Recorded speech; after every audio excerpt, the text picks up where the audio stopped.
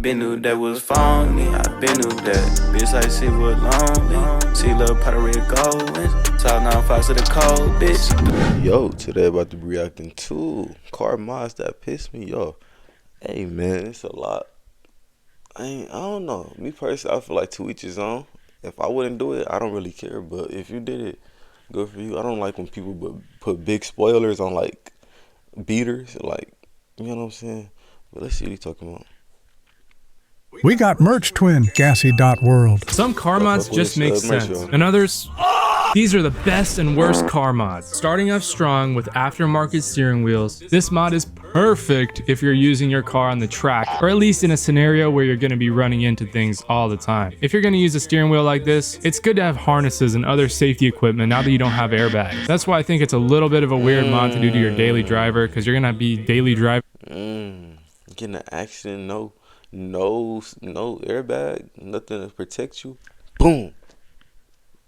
You need them harnesses. The helmet now. No more airbags. Oops. It's probably not going to feel great when you hydroplane into a guardrail and slam yourself a concussion. Head into that cheap Taiwanese replica steering wheel, which is probably made out of cardboard. While aftermarket steering wheels can look cool as crap when you buy the right one, they can also look quite silly. The respectable opinions of the fellow car meat enjoyers will probably not approve. 9 times out of 10, the stock steering wheel works just fine. But if you're convinced that you need the benefits from a proper aftermarket steering wheel, then it's definitely worth it. Don't cheap out, bud. Removing your AC. Have you ever wanted... Bro, who in the world is removing a AC out their car? Are you dumb? Last time I checked, if you turn the AC on full blast while racing, then if I'm not mistaken, then that it gives you like a little boost on horsepower. Nothing too major, but just a little bit. What is he free and easy horsepower? Yippee! Well, hold on. Removing your AC. Have you ever wanted free and easy horsepower? Yippee! Well, removing your AC is probably the easiest way to gain a couple of ponies. But why? It's because your AC adds rotational drag to the engine, since it's usually powered by a belt from your crankshaft. After you remove it, your engine isn't sending any power to the stupid climate control. It's just all going straight to the wheel. Okay, I'll be honest. You're probably not going to notice the difference, but it still helps if you're trying to juice every last horse out of your engine. Also, that's crazy, bro. I never heard of that. The AC unit itself can weigh around like 30 to 45 pounds, so if you remove it, you're at least getting a little bit of weight reduction. That's like how much a toddler weighs, right? I will personally not be doing this mod though. During the hot summers, minutes will feel like hours when you're sitting in the car. You'll probably be roasted alive. If I'm sitting in the McDonald's drive... This would make sense if you live in Alaska or something, but bro, my Pontiac, when the heat went out, you know it's hot as hell in the summertime. Oh my goodness, bro. Ask Keon about it, bro. I'm talking about dripping sweat, dripping.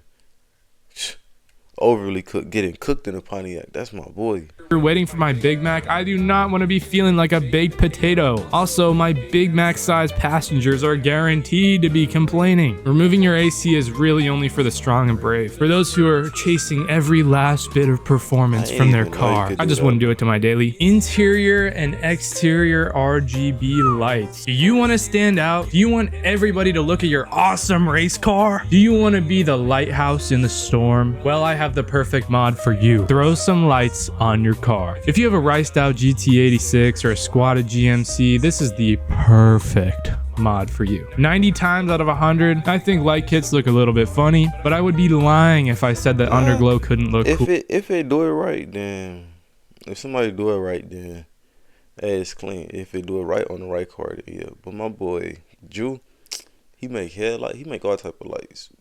He cold with it. Like, he made custom art. He cold. I know I definitely felt some way when I watched Dom Toretto and his team pull up to the truck heist in Fast and Furious with their kitted out Civic rocking some sick green underglow. Like, it can be done, guys. It can look good. Is the outside not enough? Hop on the TikTok shop and grab some interior lights. Now you can see your feet while you drive. Nice. I think the Starlight headliners actually look pretty cool most of the time. They kind of look like a 2017 RGB keyboard, but I really like it. And it's totally fine if you're into that. You'll mostly see these mods in high schoolers' cars. Whenever I fixed that dent that got put in my car by an idiot that tried to race me at the light. But yeah, I'm gonna get Starlights eventually when I can afford it, you know.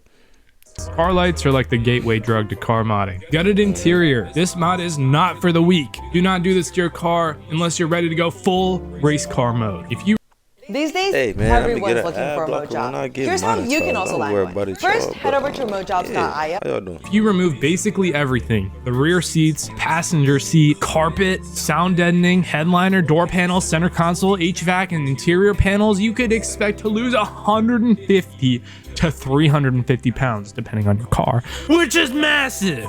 But do you know what else is massive? The downsides to removing all of this. You will no longer be able to drive your friends around. You will need to drive with your music on full blast, since the vibrations from the road, engine, and even the transmission will be amplified tremendously. Yeah, I'm not doing that, bro. That's a real car enthusiast. You know what I'm saying? That's a real car enthusiast, bro. I can't imagine gutting my car like this. Nah. Since you have no sound deadening, literally every pebble you run over will be as loud as crap. If you're ready to face the psychological effects of this mod, then it's awesome. But if you don't want to dread driving your car every day, then this mod is not worth it. And now, one from my personal collection, bucket seats. Do you miss being hugged and loved? I have great news for you. The bucket seat is an amazing hugger, and it'll keep your ass from moving even an inch. Even if you're tumbling You down know what's crazy? I was considering getting a bucket seats. I was considering mountain, that. you What's will wrong with not those? budge if you're in a bucket seat. Why would you want this though? Bucket seats help you drive much better. Since you won't have to brace yourself while going through corners, you can focus on the road and the awesome stuff that you're doing instead. These seats are snug and cozy if you buy some nice ones, and will keep you super safe, although it might interfere with some fancy airbag systems. So far this mod sounds like a no-brainer, right? Well, there's some drawbacks. Sometimes heavy. bucket seats can look very out of place. If your car is as slow as shit and you install bucket seats, it's kind of like wearing a Cuban link in the trenches. They're also super annoying to get in and out of, especially if you have a fat ass like myself. This is a drawback if you're trying to pick up tortas, but overall the bucket seat is a very solid mod with very small downsides. Aftermarket gauges. On the right car, I guess it look cool, especially if they work, you know. This is a super solid mod that is extremely useful. Whether you want to push your car to its absolute limits, or if you just want to keep things reliable, installing some aftermarket gauges to monitor your car is super helpful. You can see the oil temperature, water temperature, boost if your car is boosted, air-fuel ratio, volts, and probably the most important gauge of all, oil pressure. Having these gauges installed will let you know if you're pushing your car too hard, or if something is just wrong with it. Gauges can be a pain in the ass to install, especially if your brain works like mine. You need to hook up all these different wires and fuses, all while trying not to make a fire hazard. That being said, aftermarket gauges are 100% worth it. Definitely one of the best mods you can do to your car, even if it's your daily driver. Cold air intake. The cold air intake is another super easy mod that I actually need to give me one of those so my turbo could, like, you know what I'm saying, do what it need to do, you know. can do to your car. I'm sure you've probably heard this 1,000 times before, but if you're doing a cold air intake mod, please route it to a spot that actually pulls in cold air. If you just plop that crap in the middle of your tiny engine bay, it's gonna make your car slow. So where should you put it? Try to route it behind a front bumper, behind a headlight, or even outside the hood if you're really cool. But sometimes it can be closer to the engine if you have a reasonable heat shield. Now, if you're not really chasing performance, you could just throw out the stock air box and then throw a cone intake on. You'll hear some really awesome engine noises. Also, if you want a cone intake and you have a turboed car, then it doesn't really matter as much where you put it, because the intercooler is probably going to cool the air for you. And Yeah, man, I got a turbo car. you don't have to be as careful of like not letting that shit get hot. Overall, if you do it right, this is a good mod. It's kind of known to be like another gateway drug mod though. Turbo in your engine. Putting a turbo on your engine is an amazing mod for making more power, but it can also be extremely pricey and sometimes inefficient depending. And you gotta get the right mods for it. You know what I'm saying? You gotta get supporting mods. I seen somebody throw a turbo in their car before with no supporting mods.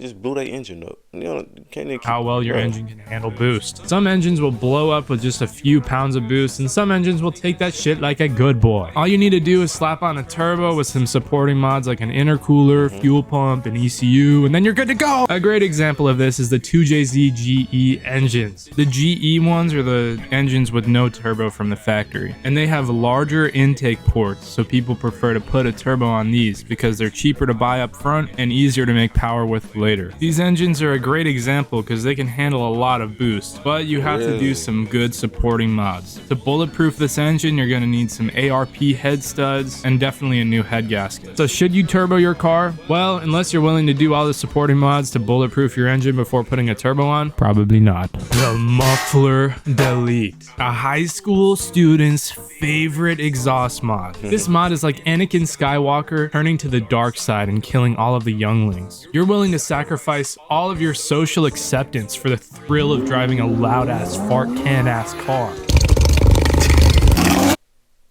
That motherfucker sound like a fart. Come on. Thrill of driving a loud ass fart can ass car.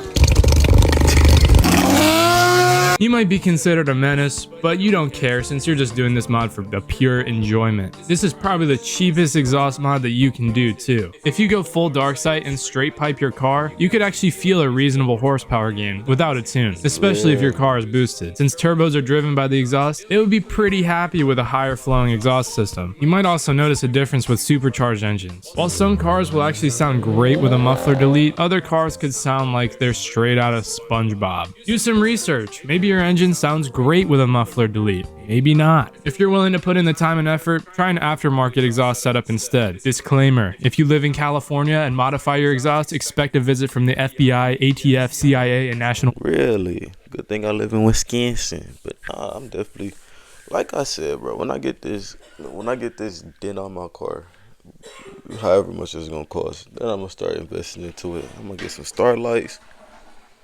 I'm gonna get a muffler delete, and I'm gonna get a straight pipe. Yes, sir. I'm gonna do that all at the same time. So I'm gonna stack this money, get it done all at the same time. But let me know what y'all think down in the comments below. Do y'all disagree with anything that he said about the mods? Honestly, I kind of agree with him on most parts. Not all, but most, you know. But, nah. Look, I'm gonna catch you niggas in the next one. It's